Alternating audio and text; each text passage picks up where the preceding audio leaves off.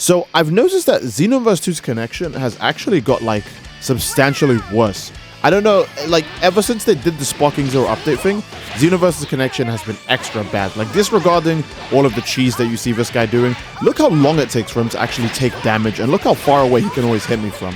I just feel like something went wrong with Xenoverse 2 after Sparking Zero did the update, and I think what Sparking Zero did was probably sacrifice some of Xenoverse 2's server space or netcode or whatever the hell for Sparking Zero itself. And I think this would be completely in line with how Bandai treats Xenoverse 2. Bandai have never cared about Xenoverse 2 in a proper way. Xenoverse 2's balance patches, even since the beginning, have been kind of like bad. Even when you compare some of Xenoverse's best balance patches, we don't compare to what Sparking Zero's already got in 2 months. Xenoverse 2 has never been a game that they've wanted to ever prioritize it being like good as a video game. They've always wanted to just have it be like a cash cow, and the game doesn't need to have a good online connection to be a cash cow, because people are just going to want to play the new characters and then use super attacks, which means they don't ever have to play the game online. They can just buy the DLC and then do parallel quests offline, maybe have a little bit of fun, and then just drop the whole game until the next DLC comes out, because you can see how bad like this connection, like I'm just getting hit from so far away. I'm getting like key stuns just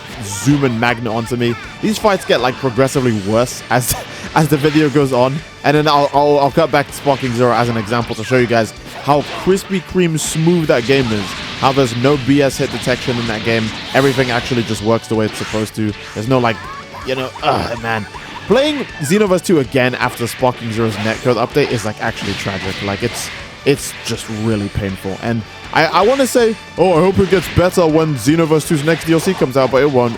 Xenoverse 2 actually gets laggier every time they add DLC to it. I'm pretty sure this happens to every Bandai game. But Xenoverse 2, like, look at that, man. Jesus! Like, Xenoverse 2 gets laggier every time a new DLC comes out. And I'm pretty sure the same would happen to Sparking Zero, but they'll probably keep updating the netcode on the game to keep it like strong and stable. I wouldn't be surprised, honestly, if by the time Sparking Zero gets its second DLC, they announce the end of service for Xenoverse 2, because there's no way this game makes any more money for them anymore. It's just like the allure of custom characters for a basically completely dead player base, it just doesn't. Xenoverse 2 single player content isn't that good that I can still imagine people buying this and wanting to play their custom. Look at that lag. Every time I hit him, it registers when he's too far away for it to be a combo. So I just hit him once, and then that's it. I just get stuck, and it's so bleak. It's so bleak. But that's the way it be like when you're playing Dragon Ball Xenoverse 2. It just be like that sometimes. And it's just tragic, man. It's just super tragic. Also, he hits me with a disrespectful finish after key canceling and XY spamming the entire match. I do not get these people. I do not get these people.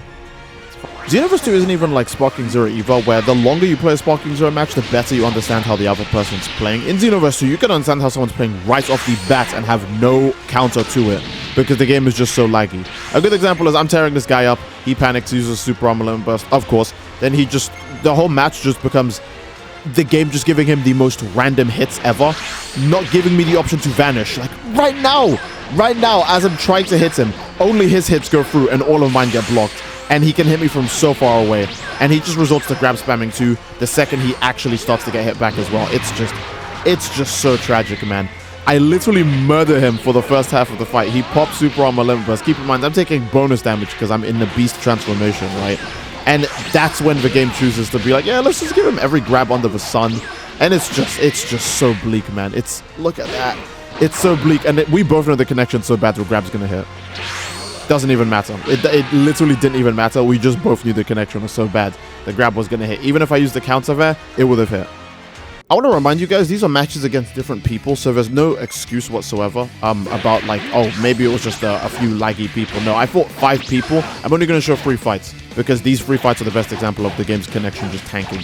But I fought like 5 people, and it was literally just all this, of like trying to hit someone, they're completely invincible, they're trying to hit you, yep. Look, I literally attack him in the middle of the gap in his back here, and the game makes him extra invincible for an extra long amount of time, just so I can get hit by the second part of the back here when he's not open anymore. That's just cruel and unusual, you know? That's messed up. That's just not right. So again, the Xenoverse 2 has only ever been super bad like this on a very few occasions. And this is the worst it's been, because this is against multiple opponents, not just one opponent. And it's just so stinky, man. It's so, like, bro, I'm already trying to play with Beast, a transformation, if you guys don't know, makes it basically harder to play the game. Beast takes so long to transform into. If you don't have super armor, then you literally can't go Beast without like losing your life and just losing the match. It makes you take extra damage when the form is active, and it also makes some of your animations slower to recover from, because you know you have like this really cringe like dash attack that is really slow and doesn't actually do anything. That's the rundown for Beast. You do get a really cool high damage combo that's kind of like the Gohan Beast kick, right? But that's basically it for Beast. And here I'm fighting Super 17, a character who is bad. Super 17 sucks. He's actually regarded as heavy low tier in Xenoverse 2, right? But look at this. I'm punching him, you can see damage effects on him, and he takes no damage. He's literally just fine, he's just swimming through it. He's literally not being affected at all. Anytime I get like a good hit effect on him, it just kind of slides off, and it's just so mean, man. Then he can like hit me from so far away. It's the worst feeling ever. Like, oh my, you can see the VFX of the sparks flying off of his body of him taking damage, and then he just doesn't take any. And keep in mind, this has never happened with Sparking Zero. Even when Sparking Zero first came out, before they like improved the online connectivity, this did not happen in Sparking Zero ever. So, oh, here's the best part. Towards the end of the match here, actually, where we get down to the finishing blows, he hits me with a crazy super attack that I avoid by a massive long shot, and the game just allows it to go through. And I think that this alone gives you like a good idea of how bad the connection is, just purely when it's like, oh man, there's no best way to describe it. Like the whole time the game is in motion, so you don't really have a good idea of what is going wrong all the time. But this moment where he uses a super attack and snipes me from super far away, when I'm way out of the way, by the way, after he uses a limit burst too, by the way, when I'm way out of the way, buddy, you could see that connect way before he got anywhere near me. It's just so unforgivable, you know? And that's the condition Xenoverse 2 is in right now. Especially after Sparking Zero's patch. Keep in mind, when Festival of Universes goes live for Xenoverse 2, that's another thing that's going to bog the servers down. So if you thought things couldn't get any worse, they can. And it's so painful. A good example. Oh man, I'm just going to pull on some Sparking Zero gameplay so you guys can see that when you hit people in that game, it actually connects. Like, oh my, I was just trying to record like a male Saiyan Beast video as well in Xenoverse 2. And it's like, other than the fact that Beast is like a really hard transformation to use, the connection was just in hell. And you go to Sparking Zero real quick, and you just get the smoothest match ever, where everything plays out exactly the way it needs to. You hit a guy, it feels fine. By the way, and again, this game isn't region locked or anything. I'm just actually connecting with people across the world, and it just feels fine. You know, it's not. Xenoverse 2 isn't region locked either, by the way. The game probably should be with how nightmarish that connection is. But like, man, it's so. I don't want to say jarring, because Xenoverse 2 wasn't a fun game to play already, so it's like, okay, lagging is just like, instead of the cherry on the top, it's like, I don't know, the stool on the top, right, instead. Because Xenoverse 2 just wasn't a great game to play. But it doesn't help the game at all. Like, if you go from Xenoverse 2 to Sparking Zero at any point, you'll just be happier playing Sparking Zero. Like, any connection I have with all of my custom characters in Xenoverse 2, it's great. I love my custom characters, obviously. I made stories of them. I fought with them. They all have their own unique movesets and fighting styles and stuff. But, like, it just does not compare when the gameplay is just so much worse. And the game's connection is bad. And the balance is horrible. Like, all of that stuff is just... It just makes me just go, yeah, I understand. I understand why you guys took some of that server space from Xenoverse 2 and put to Sparking Zero, because that's very obviously what they did. You know, Sparking Zero feels fine to play. Everything connects, everything responds accurately and well.